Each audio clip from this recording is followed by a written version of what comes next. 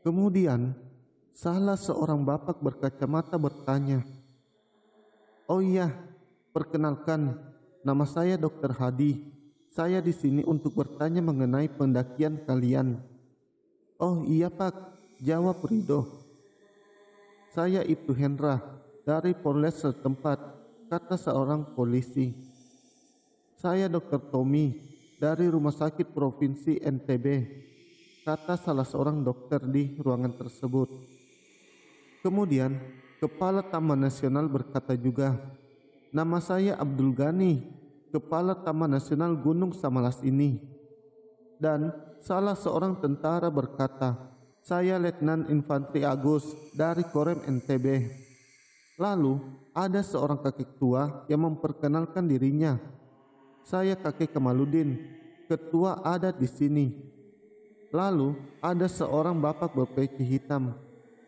"Nama saya Rahman, penjaga loket tiket pendakian tahun 2006.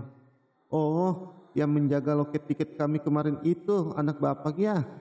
Pantesan saja mirip sama bapak," kataku kepada bapak penjaga loket itu. "Bukan dek, tapi itu saya sendiri," kata Pak Rahman. "Ah, kok bisa?" "Jadi, perlu kalian ketahui, kalau sekarang adalah tahun 2018, kata Dokter Hadi. "Aduh, jangan bohong lagi Pak. Tadi bapak pemandu ini juga dari tadi bilang begitu," kata Panji. "Kami semua tidak bohong. Sekarang adalah tahun 2018. Jadi, kalian sudah dinyatakan hilang 12 tahun lalu oleh polisi kehutanan," kata Dokter Hadi.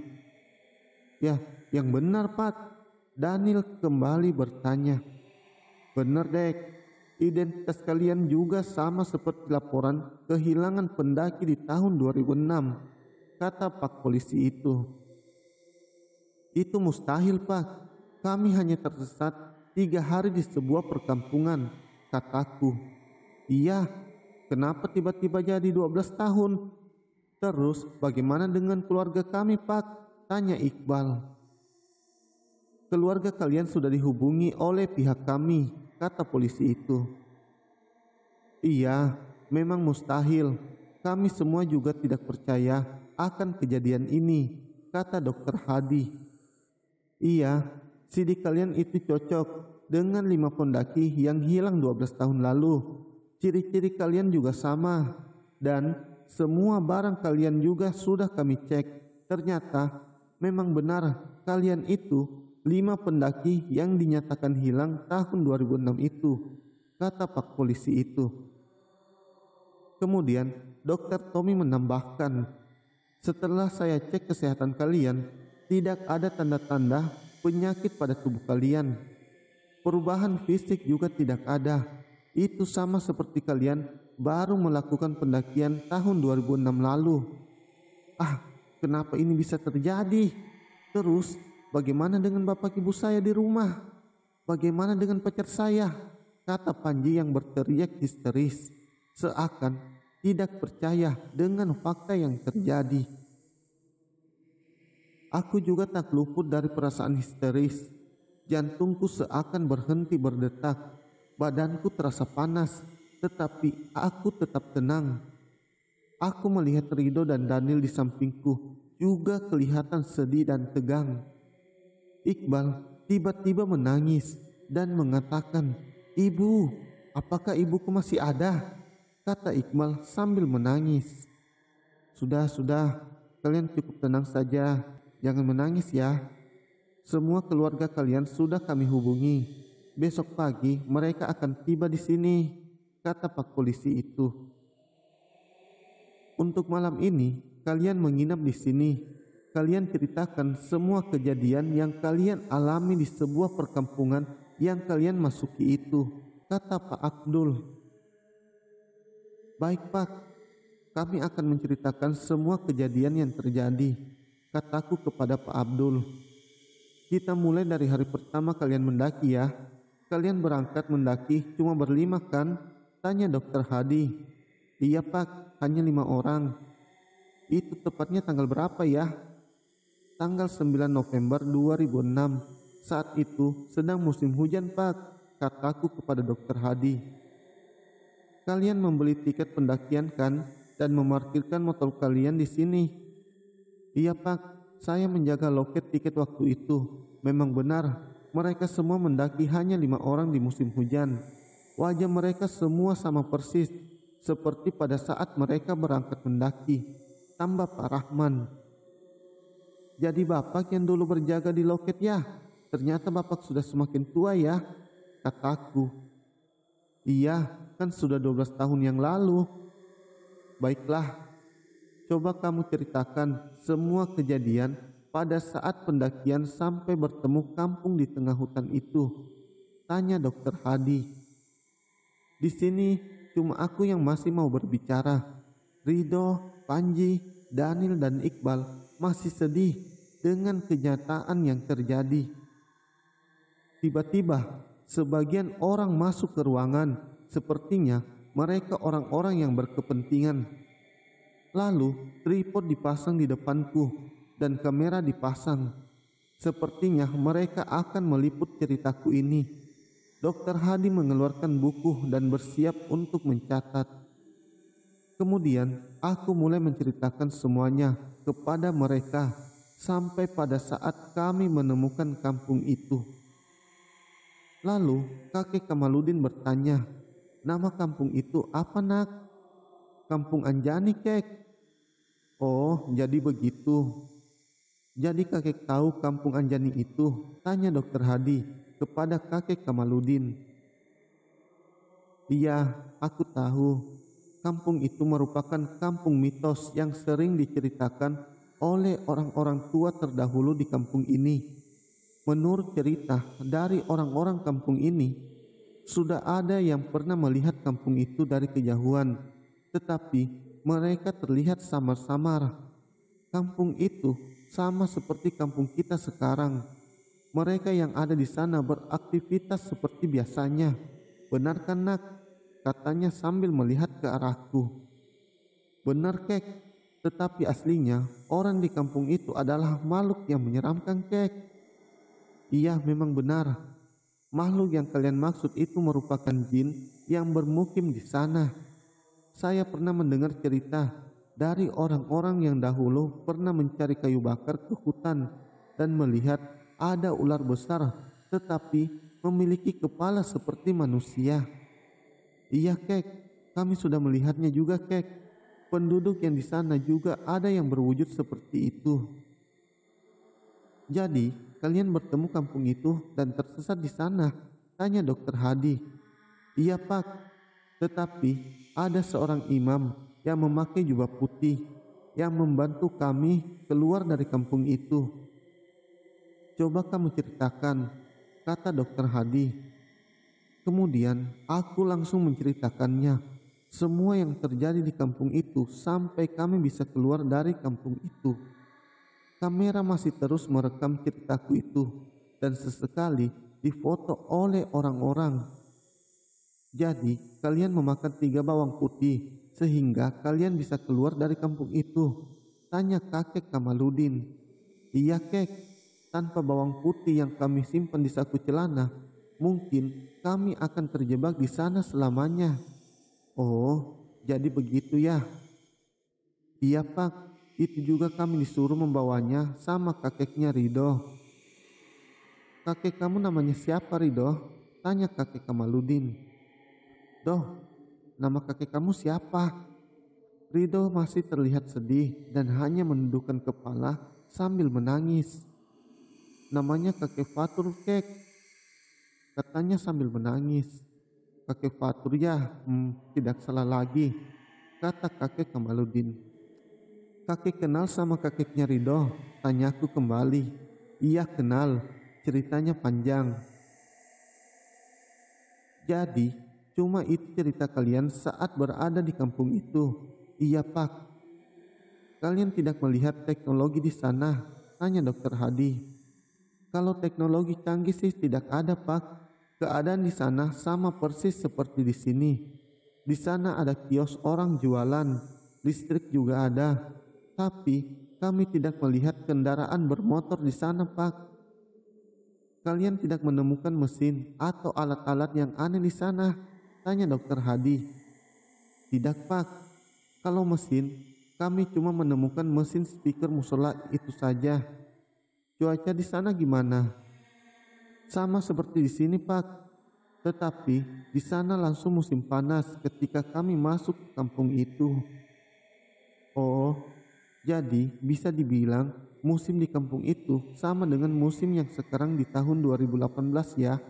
Iya Pak, sepertinya begitu. Baiklah, percakapan kita sampai di sini dulu. Besok pagi kita lanjutkan lagi. Kalian bisa istirahat di sini. Kalian tidak boleh kemana-mana ya. Bila kalian ada keperluan, beritahu kami, kata Dokter Hadi. Kami semua dibawa ke sebuah penginapan yang ada di samping kantor Taman Nasional itu. Aku melihat di halaman parkir itu sudah ramai sekali orang seperti pasar malam. Di sana sudah banyak aparat bersenjata lengkap dipasang garis polisi. Setelah kami diantar ke kamar penginapan, kami terbagi menjadi 2 kamar. Aku berdua dengan Iqbal, sedangkan Ridho, Daniel dan Panji di kamar yang lain. Kemudian kami dijaga oleh polisi di depan pintu. Aku bangun pagi karena kebelet kencing. Aku langsung ke kamar mandi yang ada di dalam kamar itu. Setelah itu, aku cuci muka dan gosok gigi dengan fasilitas yang sudah disediakan di sana. Aku memandang ke cermin untuk melihat wajahku. Aku memang benar-benar tidak ada perubahan atau tanda-tanda penuaan sama sekali. Memang mustahil rasanya yang pergi ke kampung itu cuma 3 hari, tetapi kembali ternyata sudah 12 tahun lamanya. Di saat aku memandang ke cermin di kamar mandi itu, tiba-tiba muncul sosok kakek berbadan ular yang mengejarku sama Ridho waktu di tebing itu. Aku ketakutan melihatnya di dalam cermin. Seketika aku berlari dan akan meninggalkan kamar mandi itu. Tetapi pintu kamar mandi itu terkunci. Kamu jangan panik. Aku datang ke sini atas perintah Dewi Anjani, kata siluman ular itu dengan nada yang seram. Aku seketika itu berteriak minta tolong sekeras-kerasnya, tetapi tidak ada yang mendengar. Aku kemudian mendobrak pintu itu. Seketika aku langsung terbangun. Ternyata itu hanyalah mimpi yang terasa sangat nyata. Kamu kenapa Ron? Tanya Iqbal. Kamu mimpi apa sampai berteriak sambil tidur? Hanya mimpi ya. Nafasku terengah-engah. Dengan aku yang berteriak itu, seketika polisi yang di luar kemudian masuk ke dalam. Ada apa Dek? Hanya mimpi Pak, gak apa-apa kok. Beneran, kalau ada apa-apa segera panggil kami ya, kata polisi itu. Iya Pak.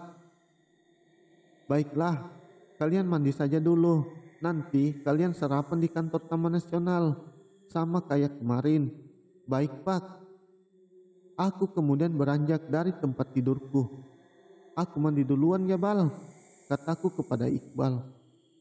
Oke Ron, duluan aja, kata Iqbal. Aku kemudian masuk ke kamar mandi. Aku langsung memandang cermin itu. Aku takut yang aku mimpikan itu bakalan jadi kenyataan. Kemudian aku langsung mandi. Rasanya segar karena sudah 5 hari tidak mandi. Aku kemudian lihat merek sabun yang tidak pernah aku lihat sama sekali. Sabunnya seperti sabun cuci piring yang cair. Biasanya kan sabun itu seperti batangan. Setelah mandi, aku langsung keluar dari kamar mandi itu tanpa berlama-lama di sana. Aku takut bakalan ada sosok yang keluar dari cermin seperti dalam mimpiku. Iqbal, giliran kamu mandi. Aku sudah selesai nih, kataku kepada Iqbal.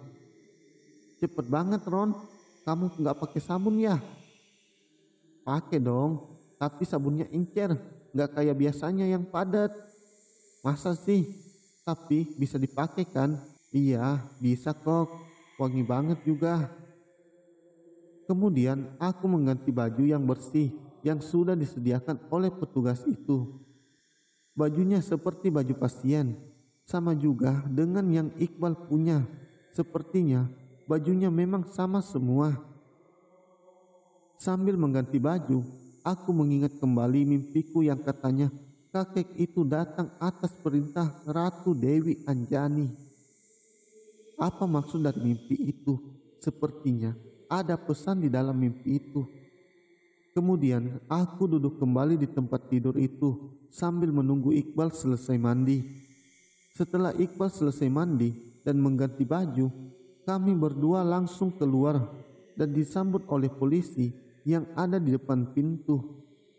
Aku melihat ramai sekali orang-orang di luar, seperti sedang menonton pertunjukan. Sepertinya pendakian gunung itu juga ditutup karena keramaian itu. Selang beberapa saat, Ridho, Dani dan Panji juga keluar. Kami semua kemudian diarahkan ke dalam kantor dengan pengawalan polisi. Setelah masuk ke dalam, kami sudah disediakan sarapan pagi yang kelihatannya sangat enak. Kemudian kami makan. Tiba-tiba Bapak Komando itu juga datang bersama para dokter yang kemarin. Setelah makan, kami semua kembali diarahkan ke dalam ruangan yang kemarin. Kalau sudah selesai makan, kita lanjutkan yang kemarin ya, kata Kepala Taman Nasional Gunung Samalas itu. Baik Pak. Di dalam ruangan, kami kembali disuruh menceritakan semua yang terjadi dengan direkam kamera seperti yang kemarin. Aku kemudian menceritakan seluruhnya sampai kami bertemu dengan Bapak Komando itu. Pak, keluarga kami sudah dihubungi. Kenapa kok nggak ada yang datang? Tanya Panji. Sudah kok, mungkin sekarang sedang di perjalanan. Mungkin terkena macet di jalan. Kalian lihat kan di luar banyak sekali orang-orang yang datang karena penasaran kepada kalian yang pulang setelah 12 tahun menghilang, kata Bapak polisi. Nanti kalau keluarga kalian sudah sampai di sini, kami langsung kabari kok, kata polisi itu. Baiklah, kita lanjutkan ya, kata Dokter Hadi. Belum sempat Dokter Hadi melanjutkan pembicaraan, tiba-tiba seseorang masuk ke dalam dan melaporkan kepada Pak polisi itu. Pak, sudah sampai Pak, katanya. Baiklah, arahkan mereka semua untuk masuk ke dalam kantor, kata polisi itu. Baik, keluarga kalian sudah sampai. Kalian bisa menemuinya sekarang. Tapi kalian harus menerima kenyataan ya, bila keluarga kalian masih ada atau tidak. Tidak berkata-kata lagi, kami semua langsung berdiri dan segera berjalan ke pintu. Iqbal yang paling tidak sabaran, dia langsung berlari sambil menangis. Aku keluar dan mencari kedua orang tuaku. Tiba-tiba datang orang tua yang langsung berlari ke arahku dan memelukku dengan erat sambil menangis. Ternyata itu adalah kedua orang tuaku yang sudah berbeda wajahnya dengan yang terakhir kali aku lihat pada saat aku berangkat mendaki. Tiba-tiba di belakang orang tuaku juga ada seorang gadis, sepertinya seusiaku, yang tiba-tiba menangis memanggilku kakak. Bu, ini siapa? Tanyaku kepada ibu. Ini kan adikmu Anissa. Dia sudah besar sekarang. Aku kaget seketika melihatnya. Padahal 5 hari yang lalu saat aku berangkat mendaki, dia masih bersekolah kelas 3 di bangku SD. Sekarang dia sudah tumbuh remaja dan menyamai usiaku sekarang. Iya nak, ini adikmu. Kakak kemana aja? Kenapa kakak baru pulang sekarang? Iya nak, kamu kemana saja? Apa yang terjadi sama kamu? Kenapa wajah kamu tidak berubah nak? Tanya ibuku. Aku tersesat di gunung itu bu. Panjang ceritanya. Nanti bapak sama ibu dijelaskan sama petugas di sini ya, kataku kepada kedua orang tuaku. Iya nak, yang penting kamu sudah kembali dengan selamat, kata bapakku. Ya sudah, jangan menangis lagi ya. Sekarang aku sudah pulang. kita kembali lagi ke kehidupan seperti biasa. Aku kemudian melihat teman-temanku yang lain yang juga sibuk berpelukan sama keluarganya masing-masing. Tetapi hanya Iqbal yang menangis bersedih. Terlihat dia cuma bersama satu orang wanita tanpa ada keluarga yang lain bersamanya. Ternyata ayah Iqbal sudah meninggal 2 tahun yang lalu.